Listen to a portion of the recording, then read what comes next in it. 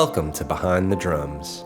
In today's episode, we'll be taking a look at Stevie Nicks' classic single, Stand Back, from her 1983 album, The Wild Heart. The song was written by Stevie Nicks and Prince, though he was not officially credited.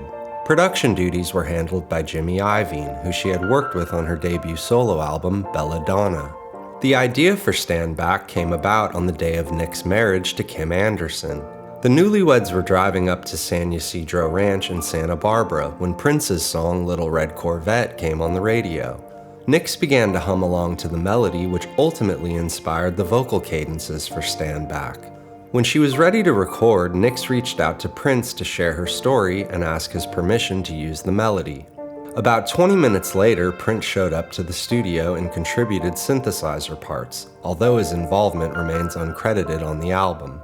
Both artists, however, agreed to share the song's publishing rights equally.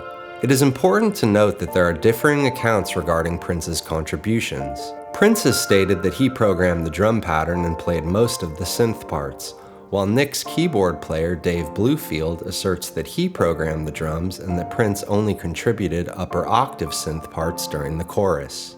Stand Back is driven by a 4-on-the-floor drum pattern at 114 beats per minute that was programmed on the Oberheim DMX. The song features the stock DMX kick, snare, hat, shaker, tambourine, and clap.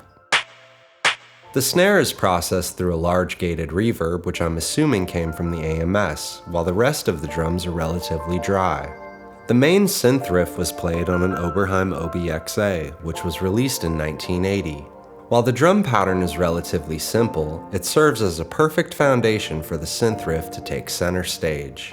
In today's recreation, I'll be focusing on the main 4-bar loop heard throughout the song. Also, make sure to check us out on Patreon if you haven't already. Link in description below. Let's get into it.